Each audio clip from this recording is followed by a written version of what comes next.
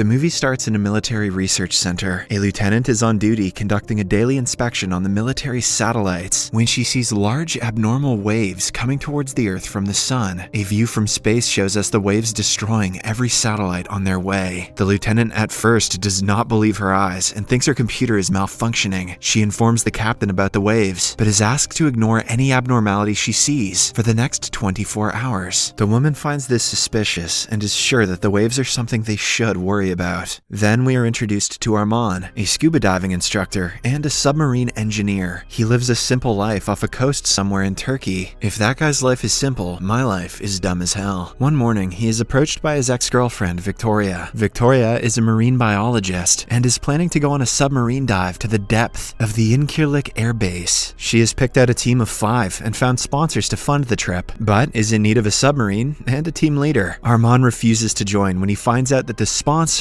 is his millionaire father, who he hates. A day after Victoria's visit, Arman gives it a thought and decides to join the trip to spite his father. When he goes to her place to inform her, he's received by a man. Arman thinks he is in the wrong house, only to find out that the man is Victoria's fiancé, Freddie. He will also join them at the airbase, but will stay on the ship and handle the technical part of the project. Arman feels uneasy working with the man, but doesn't show it on his face. Somewhere else, the soldier who saw the waves in the morning gets anxious and calls her mother. She asks everyone in her family to find a safe space underground because something terrible is going to happen when the sun rises. As soon as she hangs up, 2 soldiers barge into her house. The woman manages to trick them and drives away in her car. The scene cuts to the night of the initiation of the submarine project. The rest of the team consists of a foreigner, Felix, Arman's best friend Benson, and a college student named Rana. All 5 crewmates excitedly board the ship alongside Freddie and the captain. Upon reaching the airbase in the middle of the ocean, Freddie and Victoria wish each other goodbye, and the crew of 5 gets into the submarine. The ship's captain stops Victoria and tells her something strange is happening in East Asia, where the sun has risen. However, they assume it won't affect them and start the descent. Everything goes well for most of the trip, and the crew stays underwater for more than 12 hours. Suddenly, Arman notices that the ocean is too bright, given the fact that they are in the aphotic zone, where the sunlight doesn't reach. He moves the submarine towards the surface, declaring that the trip is over. Hours later, they reach the surface, but the submarine loses connection with the ship's crew. Arman tries shouting to get their attention, but even that doesn't work. With no options left, Felix moves the submarine towards the ship, while Arman uses a rope to climb up. He and Victoria are the first ones to get on the ship. They look everywhere, only to find out that the crew, even Freddie, deserted them in the middle of the ocean. In the control room, they finally find a video of Freddie explaining what is going on. In the video, he frantically tells Victoria that the sunrise is killing people all around the world. By now, almost everyone in Asia has died, and more are getting killed every second. Freddie and the crew are going to a bunker on a nearby island where the sunlight cannot reach. Arman and Victoria do not waste time packing up supplies and returning to the submarine. After the crew is informed of what happened, they make their way to the nearest island where the safe bunker lies. A while later, they reach the shore, but as they dock the submarine, they see another giant submarine emerge just a few meters away. The group watches in awe as a group of soldiers step out of the submarine. The captain meets Arman and finds out about what is going on in the world. Not a single person can be seen outside, so they assume everyone is in the bunker. The groups decide to join hands to get to the bottom of the situation. Suddenly, Victoria's satellite phone receives a message. It is a video of Freddie running to the bunker. In the background, hundreds of people are running around hugging their loved ones. The soldiers separate into groups and go into the city to look for survivors. Arman, Victoria, and the commander also leave to look for the bunker. When they finally reach a more populated area, they start seeing dead bodies. Because the bodies have no visible injuries except for burnt tongues, it seems as though everyone combusted internally and died a horrible death. Following the pattern of dead bodies, they reach a church filled with more dead people who died hugging their loved ones or praying to God. Just when Victoria is about to lose hope of seeing her fiancé, a soldier informs the commander about a man they found in the bank. It is revealed that a man locked himself inside a safe in the bank and managed to survive. However, his body is fried from the inside and he doesn't have much time to live. Arman asks him where the bunker is, but only gets a vague reply. At last, the commander shoots the guy dead out of mercy. He talks to the chief, and both of them decide to return to the submarine in the next 30 minutes. Arman and Victoria have that much time to look for Freddie, or they will be left behind. Victoria suddenly recognizes the place in the video Freddie sent her, and drives to the bunker with Arman. Back in the bank, a bunch of soldiers start pocketing bundles of money. They are stopped by the chief engineer, who enters the safe with them. Suddenly, the door to the safe closes and is locked locked automatically. A soldier named Altan tries helping them from outside, but since no one knows the code to open the safe, they are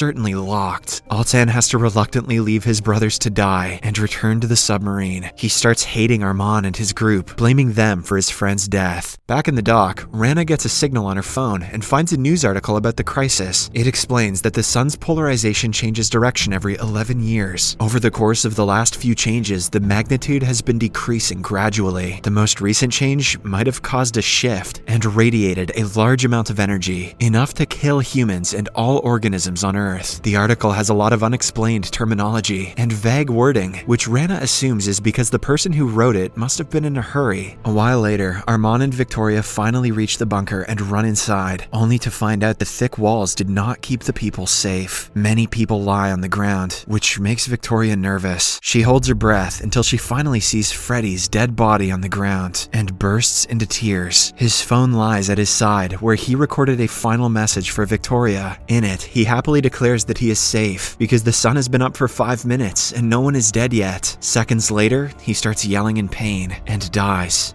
Dude jinxed himself. As his screams echo through the walls, Armand struggles to pause the video. At last, he breaks the phone out of frustration. Victoria doesn't even have enough time to give him a proper burial before they drive back to the docks. By the time they get there, the submarine is already closed and ready to descend. The commander doesn't want them inside, but the chief orders him to do otherwise. The group soon realizes that the only person on their side is the chief, and the rest of the soldiers hate them. They are asked to clean the toilets and stay away from everyone's sight if they want to stay safe. As they are settling in, the submarine starts moving aggressively. The soldiers panic because no one knows what the problem is. Moreover, the chief engineer died earlier in the bank, and the group lacks a skilled engineer. Suddenly, Armand recognizes the problem is with the submarine's hydraulics and fixes them. The chief, impressed by his skills, makes him the chief engineer. The commander is not happy about this, but he doesn't go against the chief's decision. Later, the group is cleaning the living quarters as ordered. Even in times of crisis, they joke around and try to make themselves feel better. The fun time is interrupted when Altan comes to check on them and hits them with several insults. When the group resists, he assaults Benson. Having had enough, Victoria goes to the chief and tells him about how they are being treated like murderers. The man promises to ensure their safety before sending them away. Meanwhile, in the living quarters, Altan secretly drinks alcohol with his buddies. They look for their stash of canned food and find some missing. A drunk Altan assumes it was Victoria who stole it and starts threatening her. He is stopped by Operation Officer Olivia, who also happens to be the chief's daughter. Altan doesn't stop there and wakes up every soldier to rebel against Armand and his group. He demands the chief throw them out of the submarine as per the majority's wish. The chief sternly asks him to stop causing trouble and is mad at him for drinking when it is not allowed. Moreover, the soldiers are restricted from taking canned goods to the living quarters, which gets Altan deeper into trouble. Armand then comes forward to apologize and calm everyone down. He explains that they need each other to survive because they might be the only humans alive on the planet. His wise comments make the commander change his mind about Armand and his group, and he starts to trust them. Felix, who is still in the living quarters, sees a soldier carrying a hand grenade carelessly. He panics and quickly runs to tell everyone else about it. The chief and the rest of the group race to the living quarters and find the man smiling, looking at the grenade. The death of his family back home has gotten the best of him, making him irrational. He thinks that everyone in the submarine should die so they can start a new life with their families in heaven. The chief tries his best to reason with him and calm him down, but nothing works. As a last resort, he walks into the room and closes the door behind him to save the others. The grenade goes off, and both the chief and the soldier die in the explosion. Seconds later, the soldiers start fixing the damage done by the explosion. Everything seems repairable, except for a singular hole in the floor of the control room. No matter how hard Armand tries, the water pressure doesn't let the metal stay to cover the hole. The only way to solve this is to close it from the outside. Olivia volunteers to help Armand in the mission, even though she is still emotionally unstable after her father's death. They swim outside and reach the impact area. Armand welds metal to cover the hole, as Olivia holds a flashlight for a better view in the dark. Suddenly, a fish attacks her, making her lose hold of a necklace that was her father's last gift. She swims to get it back, but loses sight of the submarine in the process. When Armand notices her missing, he goes to look for her. The two find each other, but they have trouble getting back to the submarine again. Fortunately, the electric system in the submarine is fixed, and they follow the lights to get back inside. Before they reconvene with the others, Armand asks Olivia to forget about what happened so she won't get into trouble. Inside, everyone is relieved to see them safe. The hole is fixed and the water level inside the submarine decreases. The following night, they reach the army base to stock up on supplies and find out more about what happened to the sun. Benson is assigned no tasks, so he walks up the hill to get a view of the city. Upon finally reaching the top, he sees wildfire overtaking the city. Everything is happening so fast that he can barely keep track of who he is without his family. Eventually, he loses the will to live. Meanwhile, the commander and the others walk into the base to find their colleagues dead in the emergency room. Looking around, they realize the soldiers were trying to think of an escape plan before their death. They give all the dead soldiers a proper burial before looking around the base for items that might come in handy. A while later, as Armand and Olivia are collecting food, he realizes that everything has lost its taste. It is almost as if the sunlight sucked out all the nutrients from the food. Before they can research further, they hear a noise and go out to check who it is. Somewhere else, Victoria and Benson are looking for medicine and vitamins in the Army Base Health Center. Benson secretly pulls out a pill and eats it to get high. Call me crazy, but this seems like a really bad time to get high. At the same time, Felix is inside the submarine with Armand, talking about his life before everything. He mentions a silver flashlight he lost in the submarine and goes to the living quarters to check for it. Suddenly, he sees a person running out of the submarine. Since he and Armand were the only ones who were supposed to be in the quarters, he follows the person. Soon, the soldiers join him and the episode ends as they finally surround the stranger.